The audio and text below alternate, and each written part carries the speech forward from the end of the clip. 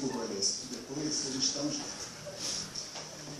Irmãos, o Wendel agradeceu por eu estar aqui e eu quero agradecer por ter estado aqui. Foi muito bom estar aqui com vocês essa semana. Eu estou no meu período de férias de trabalho, né?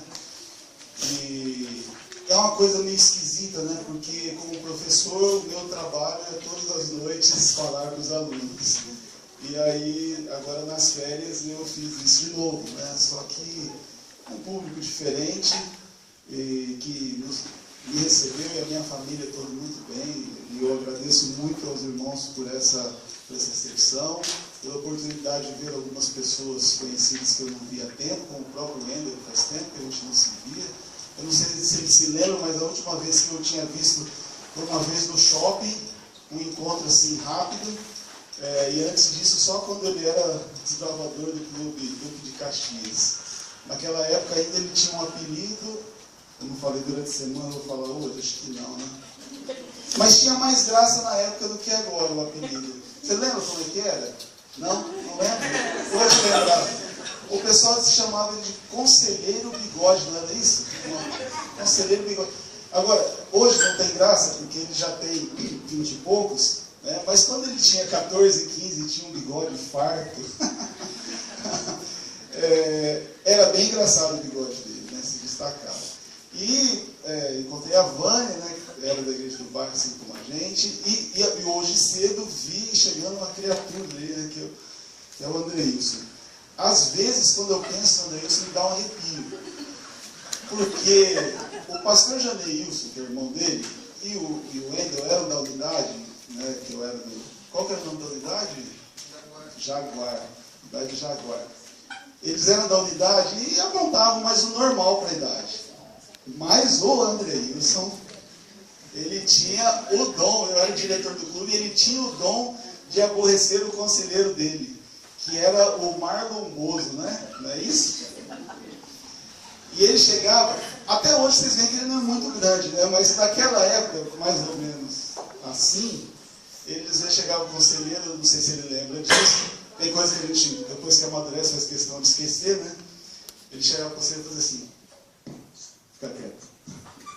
Esse tamanho do conselheiro. O conselheiro quase, às vezes, falava assim, será que eu não posso bater nele só um pouquinho? E por essas e outras razões, foi um prazer estar aqui com os irmãos durante essa semana. E ao falar sobre o não de Deus, aprendi também muitas coisas. E vocês acham que a gente precisa recapitular aí a semana ou não? Precisa? É bom também, porque aí quem não veio durante a semana fala, puxa, perdi isso. Mas depois você pergunta, quem veio sabe, o pessoal, vocês vão ver que quem veio está afiado na mensagem da semana. Então vamos lá, fazer a recapitulação como fizemos todas as noites. No sábado falamos sobre o personagem Davi, o não de Deus para a construção do templo, o não de Deus para uma coisa boa. No domingo, o não foi para Moisés, para que assume a recompensa, a entrada na terra prometida. Na segunda-feira, Balaão, não para as riquezas. Na terça-feira, Paulo, não para a saúde. Quarta-feira, Davi de novo, não para a vida, ele orou pela vida de alguém.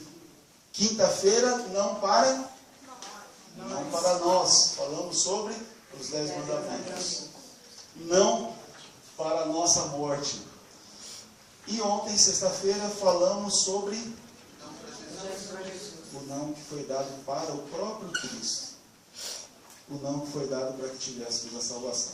E para que a gente não ficasse, como tem muita gente que acha que a palavra não é uma palavra muito forte, muito negativa, hoje nós vamos falar sobre o sim. Quando eu falei com os irmãos aqui sobre os 10 mandamentos, eu falei para vocês que Deus fala não para algumas coisas, e quando Ele diz não para essas poucas coisas, Ele está dizendo sim para todas as outras.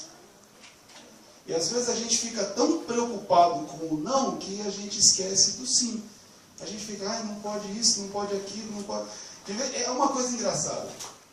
Eu, desde Bom, faz tempo. Desde o final do ensino médio, eu parei de comer carne. Achei que não era bom para a minha saúde, e nós temos essa recomendação, e eu me tornei ovo lácteo vegetariano. Bem enjoado, ficava perturbando o pessoal em casa e da família e tal. Mas é engraçado que hoje, de vez em quando, encontro pessoas e eu comento, né? Eu sou vegetariano. Você é vegetariano? Você come o quê? Como assim? Só tem carne para comer? Tem tanta coisa. Às vezes eu falo assim, eu como todo o resto. Né? Todo o resto. Tudo que não é um animal, eu como. Minha esposa vai dizer que não é bem assim, né? Porque tem algumas saladas que precisam de muita fé e coragem para encarar, né? Tem gente que fala assim, eu fiz um giló, ficou tão gostoso. Isso é mágica, né? É um milagre um giló gostoso. Alguns que gostam já estão discordando. O fato é que eu falo assim, eu não como carne, mas como todo o resto. E tem gente que é assim, quando eles falam assim, não pode, mas e agora? Uai, agora pode todo o resto. E a gente fica pensando naquilo que não pode. Irmãos, eu não pretendo demorar muito na mensagem dessa manhã e gostaria de convidá-los a ler o texto que eu acho que atualmente é o texto que eu mais gosto da Bíblia. Está em Jeremias. E para falar bem a verdade, irmãos, eu gosto tanto desse texto que eu fiz toda a semana de oração pensando nele. Embora ele seja um texto de sim, toda a semana de oração, todo não que nós falamos, todo não que nós ouvimos, eu fiz pensando nesse texto. E se você, quando você pedir alguma coisa a Deus, Deus responder com não, se você se lembrar desse texto, você vai se lembrar que o não de Deus é bom. O não de Deus é maravilhoso. Mas você tem que ouvir o não pensando nesse texto de Jeremias 29. Eu vou ler aqui com os irmãos versos 11, 12 e 13.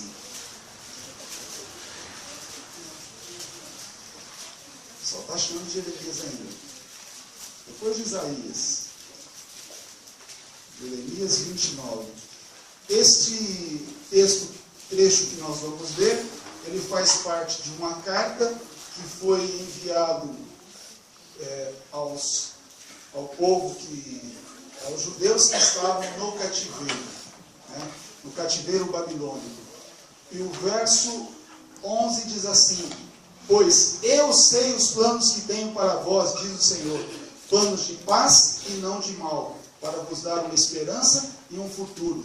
Então me invocareis, e ireis e orareis a mim, e eu vos ouvirei. Vós me buscareis e me achareis, quando me buscareis de todo o vosso coração. Irmãos, eu acho muito interessante que a Bíblia menciona claramente que Deus tem um plano. Na verdade, eu acho isso mais interessante ainda porque eu sou um professor da área de administração, a minha formação é em administração.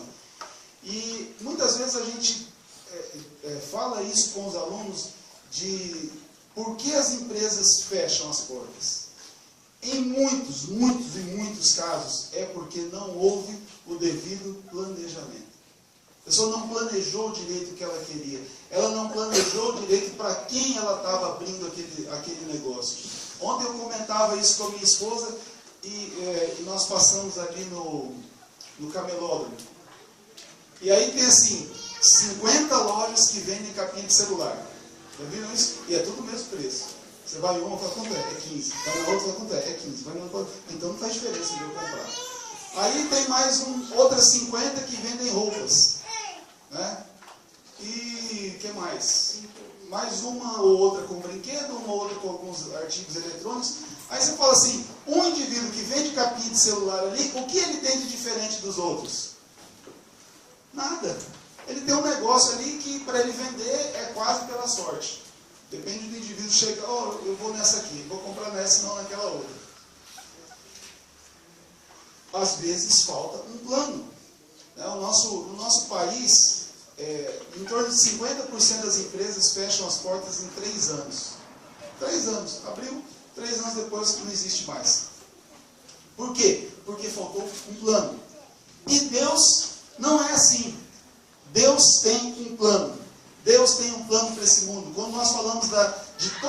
processo da salvação, nós falamos do plano da redenção. Um plano. Deus sabe o que Ele faz. De vez em quando eu brinco com os meus alunos, às vezes eu peço alguma atividade, alguma coisa, os alunos falam, professor, é difícil. Eu falo para eles, confia em mim, eu tenho um plano. E é difícil a gente confiar num plano que a gente às vezes não conhece inteiramente. Mas Deus tem um plano. E esse texto, Deus está reafirmando isso e diz assim, eu sei os planos que eu tenho para vocês. Eu sei quais são esses planos. Fica tranquilo, eu conheço o plano, está tudo certo. Não precisa você se preocupar. Eu sei qual é o plano. E eu encontrei, pesquisando na Bíblia sobre planos, encontrei um texto que eu queria ler com vocês. Vocês podem deixar marcado em Jeremias, depois nós voltamos aí. Mas no livro de Jó, no final do livro de Jó, vocês sabem que Jó foi alguém que sofreu. Nós temos uma expressão aqui no Brasil que é assim, comer o pão que o diabo amassou. E Jó comeu e sim, tamanho grande, versão grande. E Jó, no final, depois que ele compreende tudo que estava acontecendo na vida dele, depois de questionar muito a Deus por aquilo que estava acontecendo, mas questionar sem perder a sua fé, em Jó 42, no verso 2, ele diz assim, eu sei que tudo podes, nenhum dos teus planos pode ser impedido. Nenhum plano de Deus pode ser impedido. Não pense que você vai frustrar o plano de Deus. Irmãos, Abraão era um homem chamado de o pai da fé. E um dia ele resolveu que ia dar um jeito no plano de Deus e teve um filho com a sua serva. Aí, se você olha a Bíblia sem conhecer bem, você vai falar assim, agora o plano de Deus já foi por água abaixo. Se você pensa no próprio Davi como rei, e durante essa semana falamos de quando Davi teve lá um caso com Batseba, você falou assim, agora já foi o plano de Deus. E aí o povo é mau, é levado para o cativeiro, aí você fala assim, agora já se foi o plano de Deus. Mas o que diz aqui em Jó? Nenhum dos teus planos pode ser impedido. Essas coisas são questões que não vão alterar o plano de Deus. O plano de Deus vai ser realizado. Talvez o que faça diferença é onde é que você vai estar no plano de Deus. Né? De que lado você vai estar em relação ao plano de Deus. Mas o plano de Deus para nós é esse. Eu sei o plano que eu tenho para vocês. Planos de paz e não de mal, para vos dar uma esperança e o futuro. É interessante que de alguns anos para cá, a Igreja Adventista do Sétimo Dia tem usado muito essa palavra esperança. Né? Alguns dias atrás, nós estávamos discutindo com a liderança do Clube dos Gravadores, do qual eu faço parte, sobre a distribuição do livro missionário, e alguém perguntou assim, mas qual é o título do livro desse ano? Aí alguém falou assim, a esperança alguma coisa. A esperança alguma coisa. Tudo agora tem a ver com esperança. A igreja tem sido muito divulgada pelo Novo Tempo, canal da esperança. Nós temos falado muito da esperança, porque é uma coisa que nos ajuda a termos fé, nos ajuda a continuarmos em pé. Eu gostaria de convidá-los a abrir a Bíblia no livro de Tito. É um livro bem escondidinho, né, no final do Novo Testamento.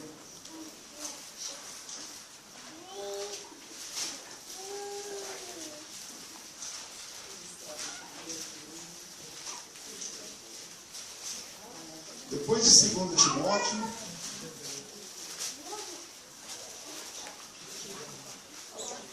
ainda bem que ainda no Clube dos Gravadores, os gravadores ainda são incentivados a decorar os livros da Bíblia, né? A sequência dos livros da Bíblia. Hoje em dia a gente tem medo de pedir pessoas decorarem as coisas. Se a gente como professor pede para alguém decorar alguma coisa, professor, vai decorar hoje em dia, né? Que é isso?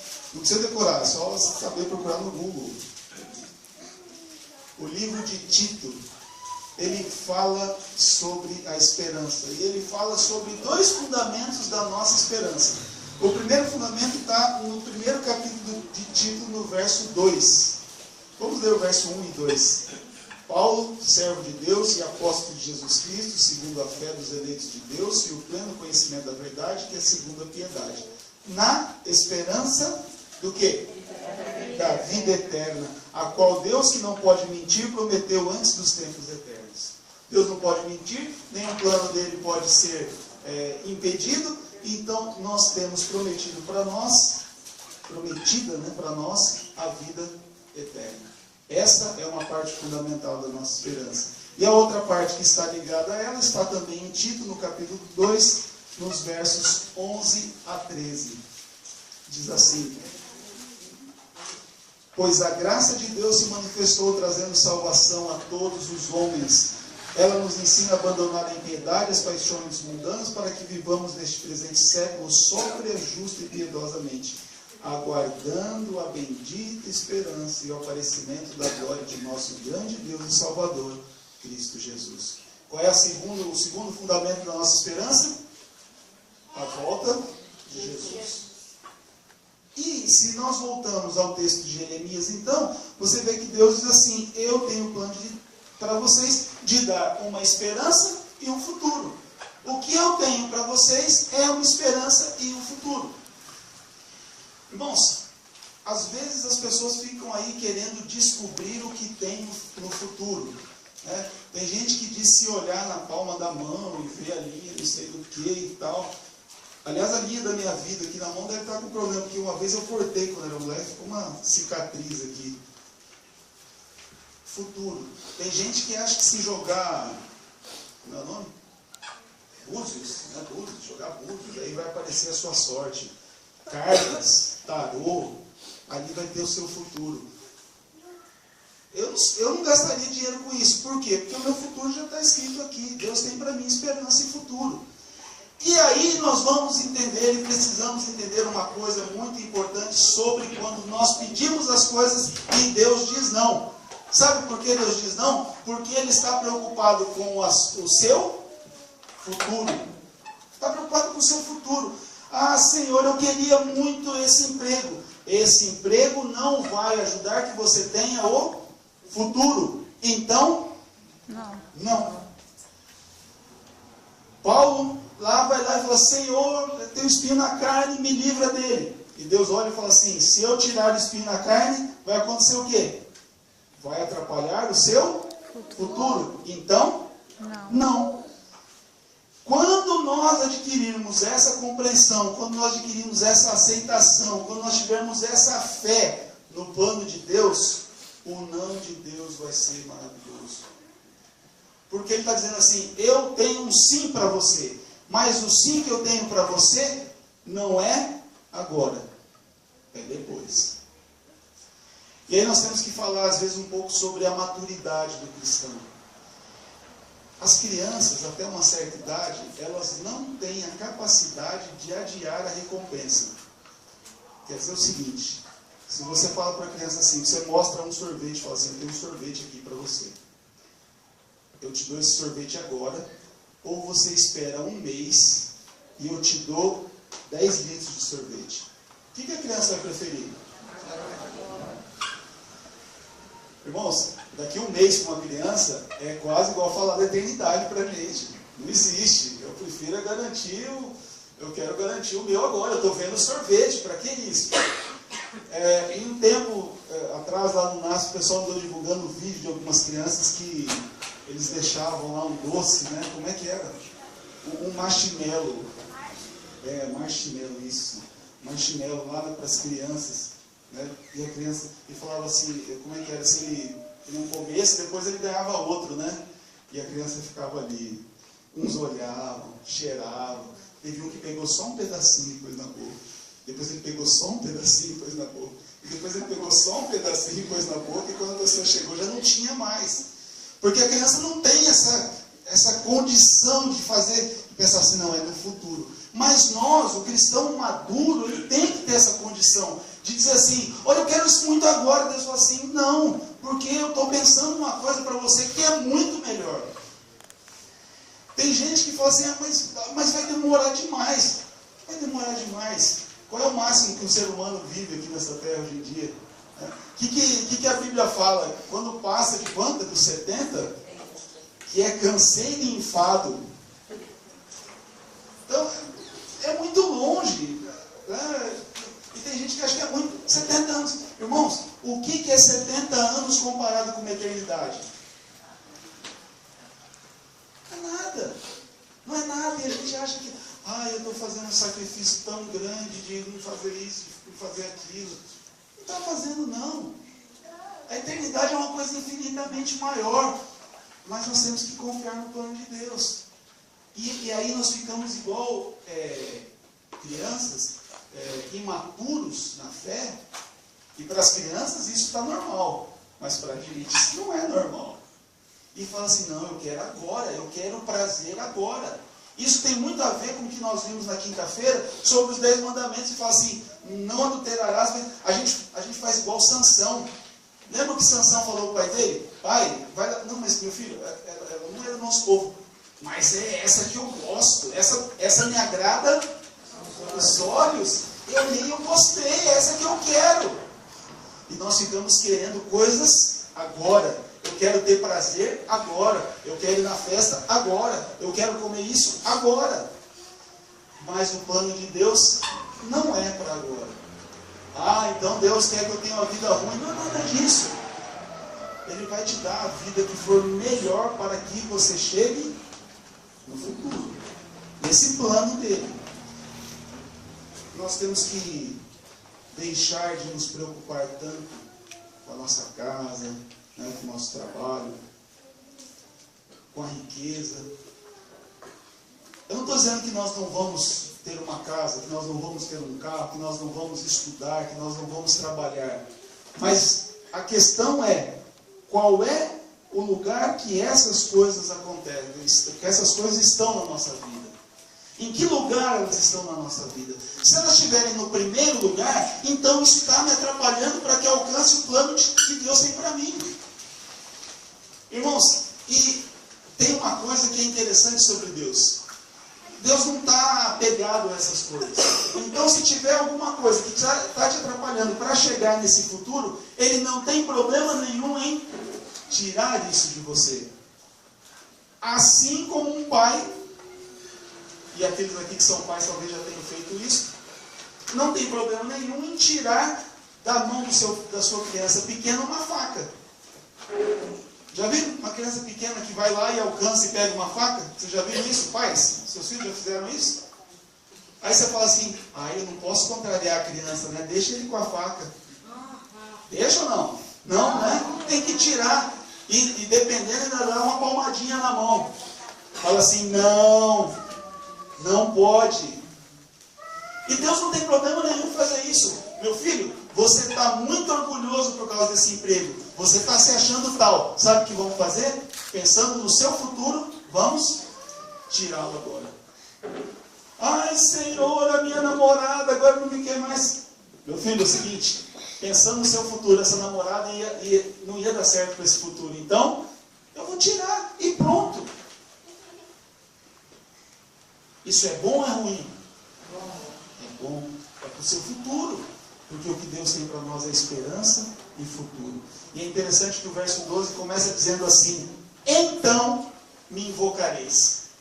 Então, quer dizer, depois disso, depois que você compreender o tempo de Deus, depois que você compreender que todas as coisas são feitas para o plano de Deus.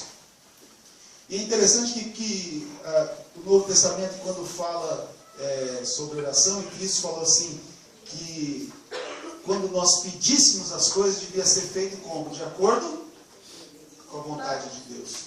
Então, depois que você entender que tem um tempo para Deus, e que tem um plano de Deus, aí você vai buscar Deus, e você vai orar, e Deus vai te atender. Deus vai te atender, porque você compreendeu que... E às vezes a pessoa quer alguma coisa por muito tempo. E Deus não dá. De repente dá certo. Você fala, nossa, o que aconteceu? Não tem nada diferente. Claro que tem. As circunstâncias são todas outras. Você já está diferente.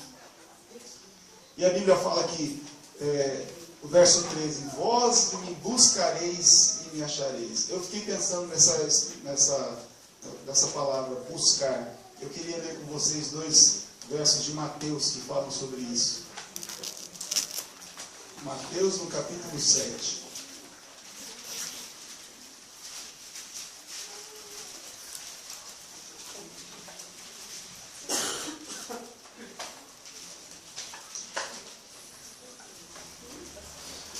Verso 7. Mateus 7, 7. Pedi e vos será dado.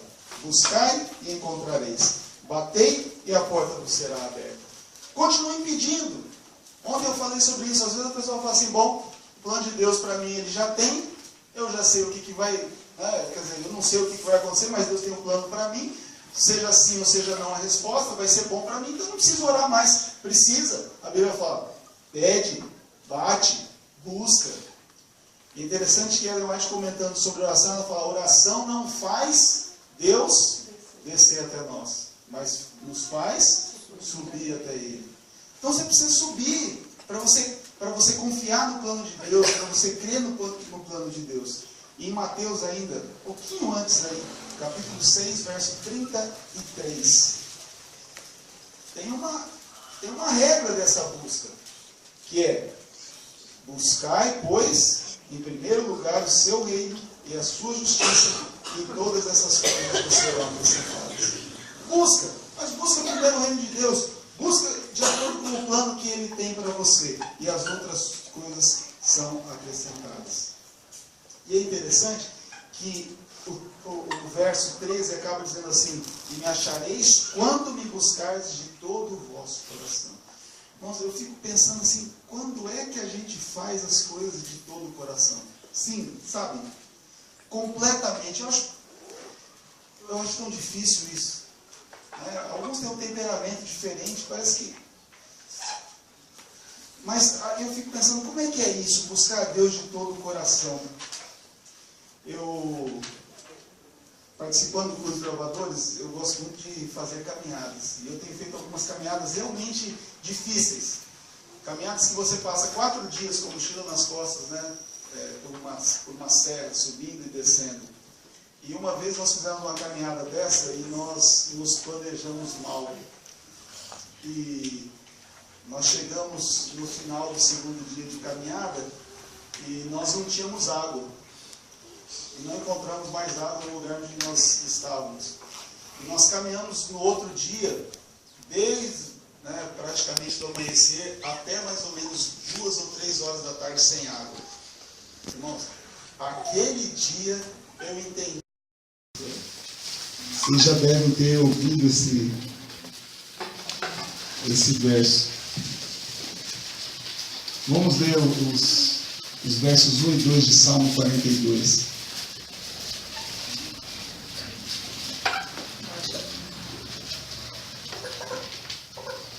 Como o cervo anseia pelas correntes das águas, assim suspira a minha alma por ti, ó Deus. A minha alma tem sede de Deus, do Deus vivo.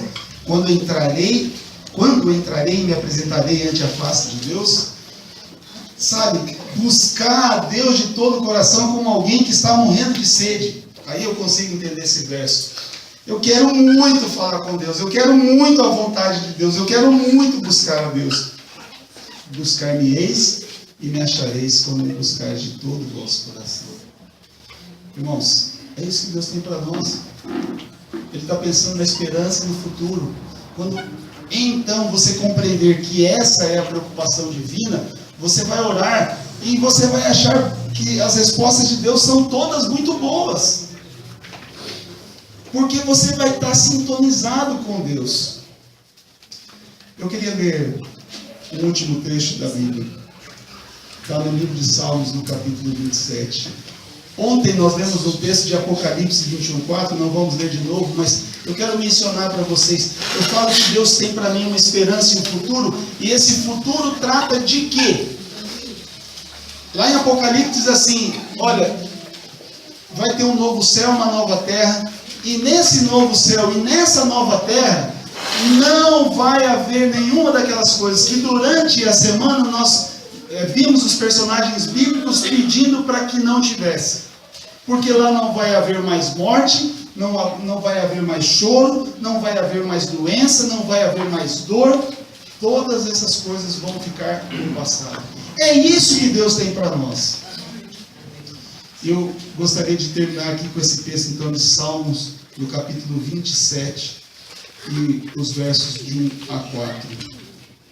O Senhor é a minha luz e a minha salvação. A quem temerei? O Senhor é a força da minha vida.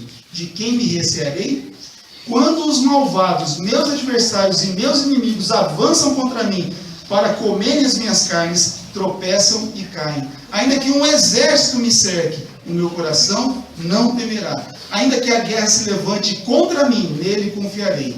Uma coisa pedi ao Senhor e a buscarei, que possa morar na casa do Senhor todos os dias da minha vida, para contemplar a formosura do Senhor e aprender do seu tempo.